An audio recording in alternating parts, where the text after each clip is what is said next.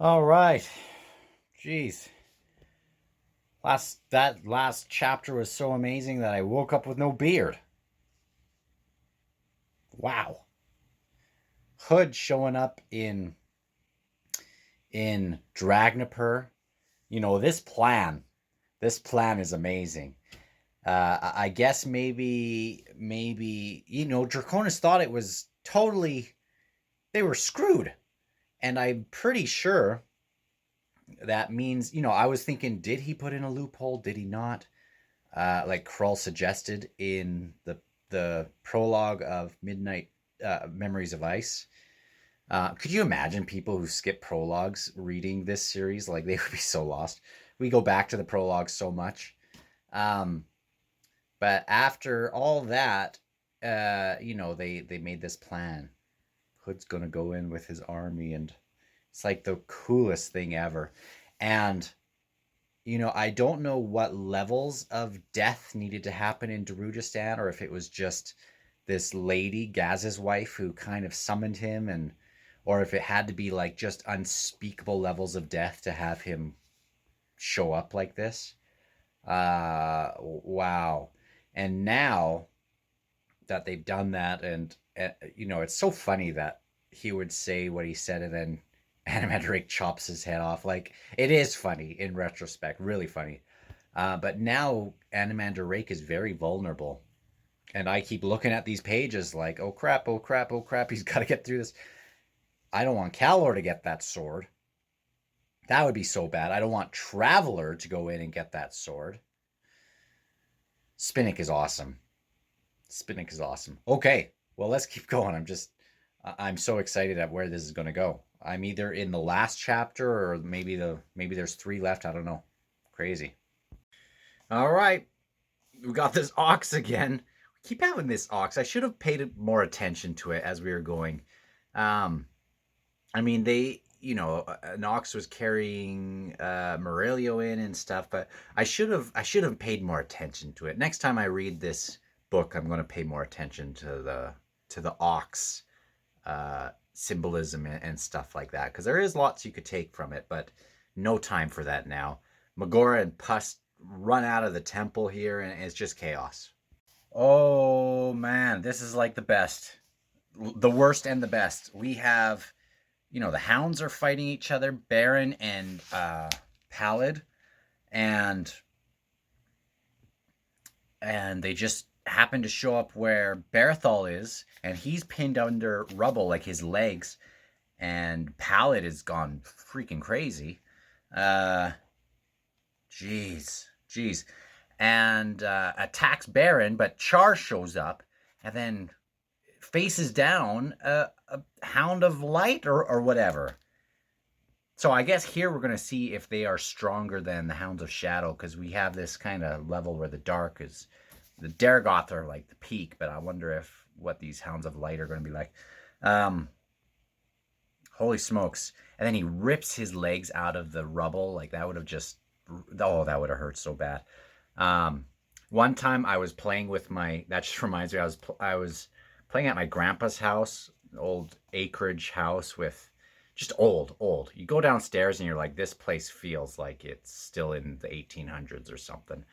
And we were playing tag, and I ran into the furnace room, and I jumped over the furnace, just over like the one of the the ducts or whatever, and I fell 6 feet into this freaking hole.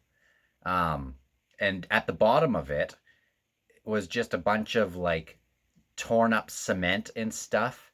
Holy smokes, that hurt.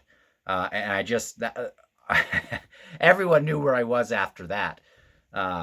Playing tag and hide and seek. Um, Reminds me of that. That's the worst, one of the worst my legs have ever hurt. Wow. I hope Char's going to be all right. Barathol does not want Char facing down this hound. Oh, I love this so much. I love this so much. I mean, Char is maybe dying. Um, they need a healer really quick. And this ox shows up to carry Char. Right when they need someone to carry a burden, this ox shows up. And I'm not going to go into it now, but there's a lot we could talk about with how oxen have been used in mythology and stuff. But I just love that. And I don't know if this ox is just wandering around or maybe somebody's kind of getting him in the right place at the right time. But man, I love that. Oh, nothing much to say, but I just love Torvald so much, especially in his little thing where, Rallick is he and Vorkin are going to be a thing, and he's like, well, my wife might be even more dangerous if I forget to bring home bread.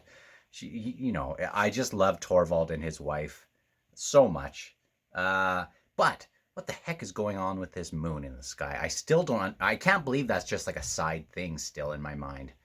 What the heck is that? I love Scorch and Left. They might be like one of these duos that are just kind of comedy that I like the most. Other than like Bug and Tahel, but um, I think I like these guys as like side guys. They're funny. They're funny and they're pretty legit.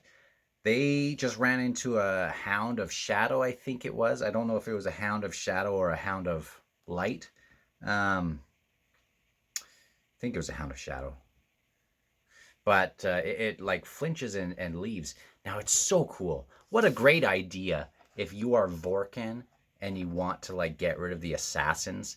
She made this like assassin fly zapper by like inviting them in and then having Segula there to just take care of them. Like that is some cold epic stuff.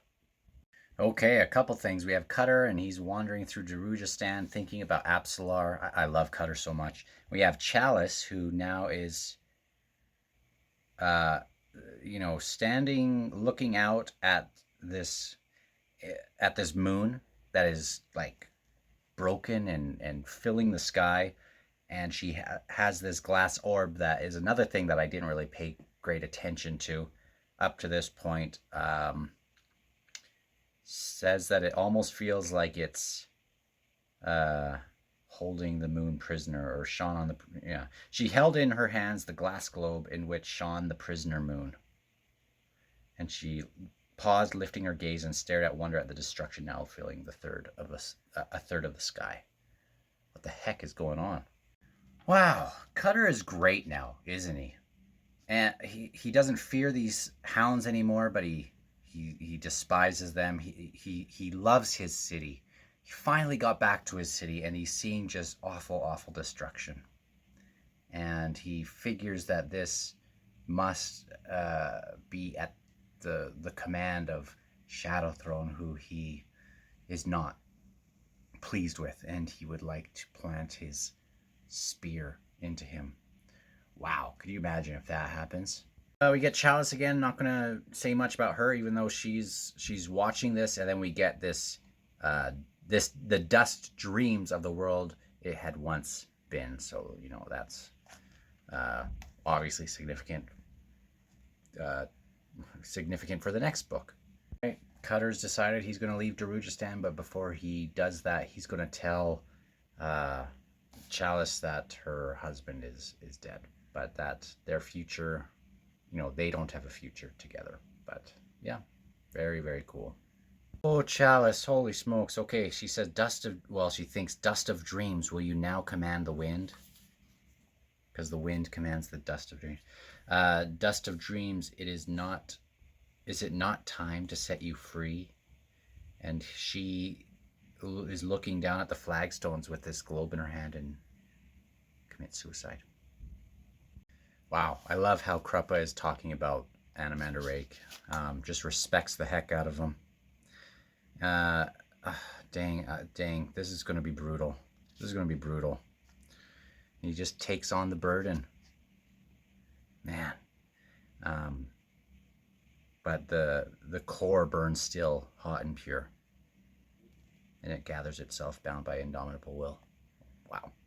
Wow. They bring Char to Baruch, and he doesn't have time for this. But in the very next part, it's like even though Char is dying, there is some sort of healing going on, or maybe it's just he's I don't know what that means. I don't know if he's going to heal here or if that has to do with like leaving your mortal body behind and then some kind of restoration of your body, of your mind and stuff in like his next, his afterlife, or wherever he's going.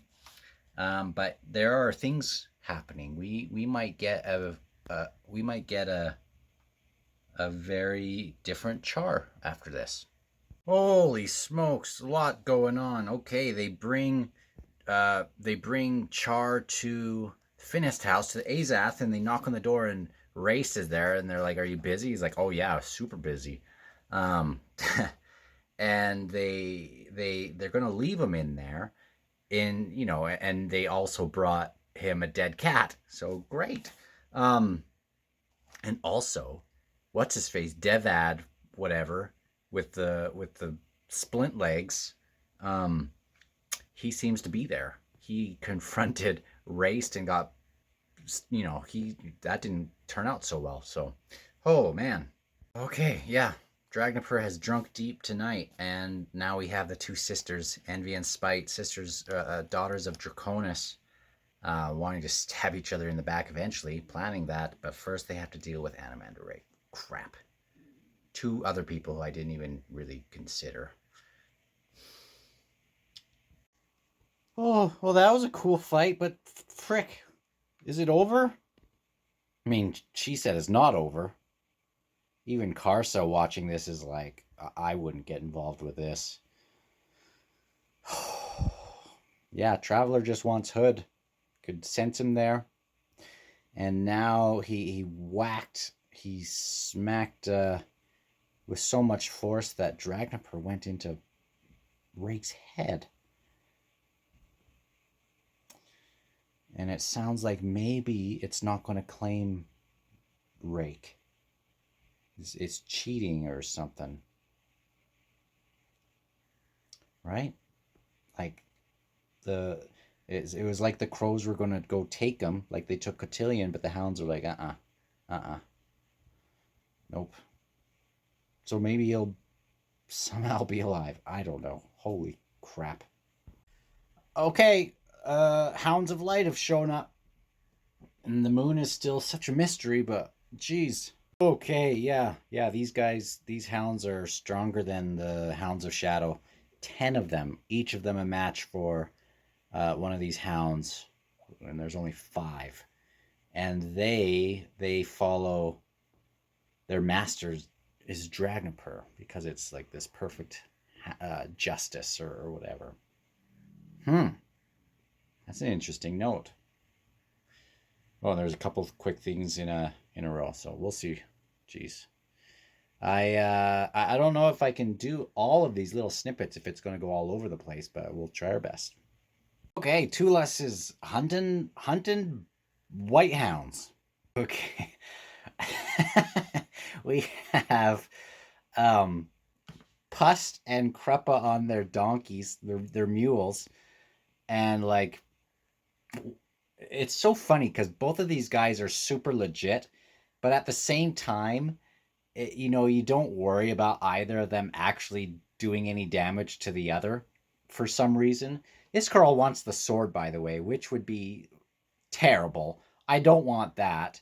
But that is so funny. And they just like launch at each other and just having like a fist fight. And then the donkeys go and turn around and just watch. Like that's awesome. I mean, talk about convergence. This is just crazy. Now the sisters have shown up where Traveler and Rake are, and Cutter is coming up with a lance.